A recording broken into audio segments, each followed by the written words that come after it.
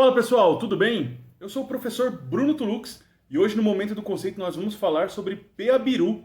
Se você não sabe o que é ou quer aprender melhor, relembrar alguns conceitos relativos a esse importante episódio da nossa história, fica ligado que depois da vinheta tem mais. Valeu!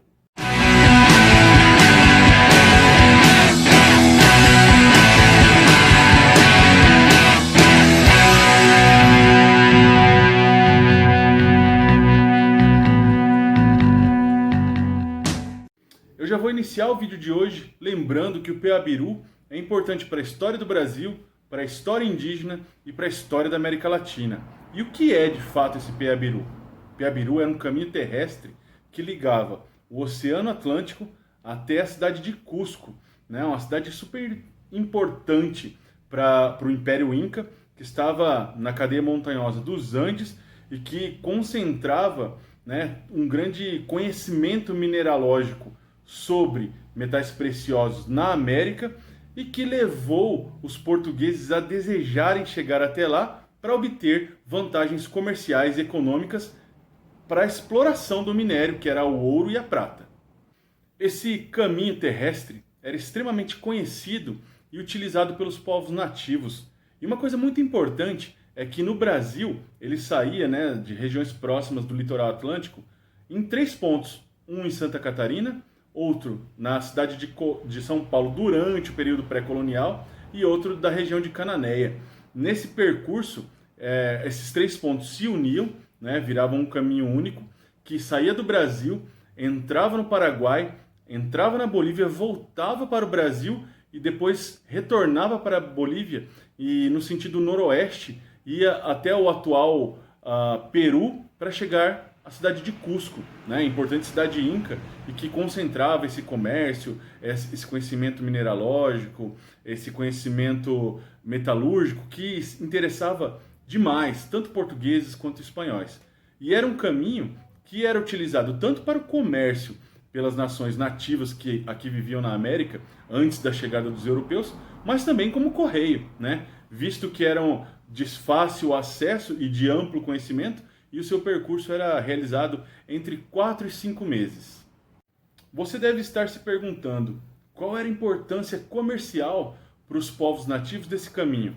Os povos que viviam próximos do litoral comercializavam conchas, comercializavam sal marinho, né? Os povos mais do sertão comercializavam produtos agrícolas, cerâmica e levavam esses produtos até Cusco e de lá traziam artefatos produzidos com metal, especialmente de ouro e prata. E isso fica comprovado através de escavações arqueológicas que encontram vestígios desses materiais produzidos pelos Incas, pelos Incas lá nos Andes, no litoral de São Paulo, no litoral de Santa Catarina, e que comprova esse fluxo gigantesco de comércio que existia na América antes da chegada de portugueses e espanhóis. Mas aí tem uma grande questão, né? Se ele era utilizado durante o período colonial, como é que os portugueses e espanhóis souberam do chamado Peabiru? Bom, ao promover, né, expedições para reconhecimento do território, os espanhóis chegaram à foz do atual Rio da Prata, encontraram povos que portavam instrumentos, né, ferramentas de prata. E aí eles tiveram ciência de que na cabeceira desse rio, especialmente numa região próxima de uma montanha fantástica, existia um povo que dominava a metalurgia e que produzia com frequência e com abundância esses metais preciosos em formatos de instrumentos. Isso deixou os portugueses e espanhóis que faziam parte da equipe de exploração abismados, porque era realmente isso que eles procuravam. Essa equipe que fez o reconhecimento inicial na região da Foz do Rio da Prata foi atacada, né? Alguns morreram. O fato é que um sobrevivente, um português chamado Aleixo Garcia, ele conseguiu, né, depois de um novo naufrágio, ele se estabeleceu na região de Santa Catarina, né, bem onde era uma das saídas do Peabiru. E apoiado por um contingente de índios carijó, ele parte em direção a essa mina de ouro fantástica, essa montanha de ouro, de prata fantástica. Ele chega, o fato é que ele vai chegar muito próximo das minas do Potosí, né, e vai saquear uma cidade, e ele retorna satisfeito com o saque, com cerca de 2 a 3 arrobas de ouro, né? E ele, no retorno para Santa Catarina, para levar esse ouro e essa prata que ele coletou, ele vai ser atacado pelos índios paiaguás. Na verdade, existem duas versões. Uma que os próprios índios carijós, revoltados com o ímpeto de mandar, né, de mandar e desmandar do Aleixo Garcia, vão se revoltar contra o Aleixo Garcia e vão assassinar, né, o seu líder. E também a outra versão é que os índios paiaguás, que são conhecidos historicamente por serem donos, os grandes piratas do Rio Paraguai, vão atacar o Aleixo Garcia, e uma pequena parte da expedição para o Potosí retorna para Santa Catarina e alimenta, né, essa memória de que existiria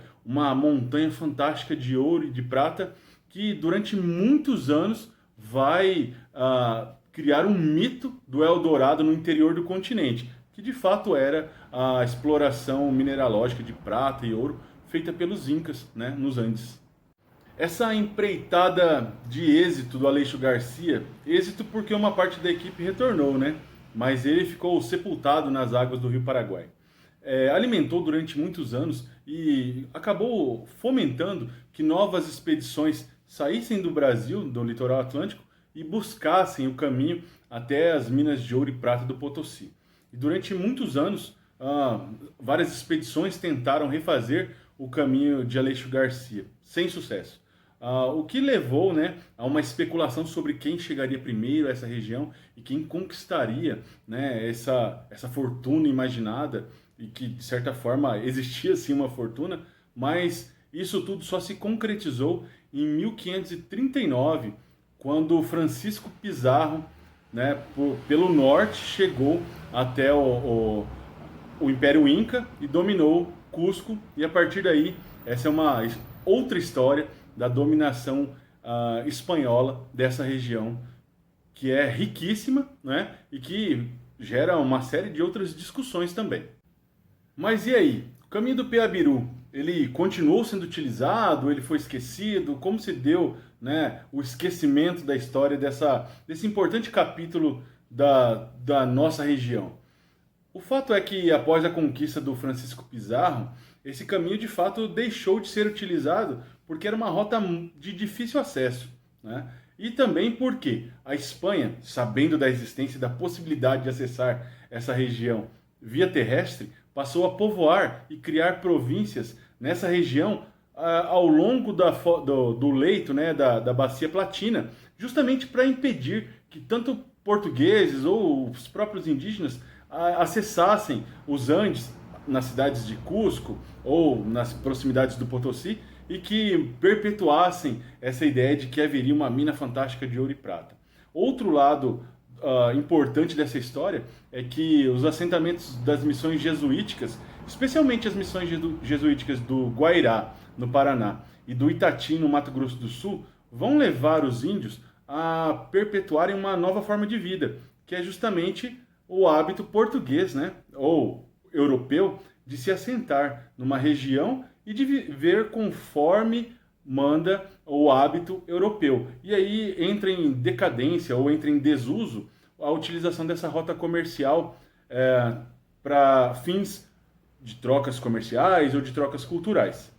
E para finalizar o vídeo de hoje, eu gostaria de lembrar, né, que alguns esforços muito importantes estão sendo feitos, especialmente no estado de Santa Catarina, para relembrar, reviver, rememorar esse caminho terrestre que era o Peabiru, e alguns trechos estão sendo preservados justamente com a exploração da cultura local, né, das naturalidades, da vivência com os povos nativos, com os povos guaranis. Isso é muito importante para a nossa história e que não deixa esse importante capítulo da nossa história do Brasil entrar em esquecimento. Bom, chegamos ao final de mais um vídeo. Eu espero que vocês tenham gostado, porque esse assunto é extremamente importante, né, para a história do Brasil, da América Latina, da conquista dos Incas, e para entender melhor esse contexto colonial, né, e por que se dá a ocupação dessas regiões interiores, sendo que não havia, de certa forma, ainda um produto a ser explorado, nem por Portugal, nem por Espanha, mas que, de certa forma, abre os horizontes para entender essa dinâmica colonial. Bom, se você gostou do vídeo, eu vou pedir para você deixar um like. Se você acha que esse conteúdo pode ajudar alguém, compartilha também com um colega, com um estudante, com um amigo, e promova uma discussão acerca desse tema, porque de fato ele faz parte da nossa história e é super importante você conhecer o que é o PA-Biru, mas também entender esse contexto de ocupação da região interior do nosso continente, da América do Sul. Beleza? Então muito obrigado, boa semana a todos e semana que vem voltamos com um novo vídeo. Valeu!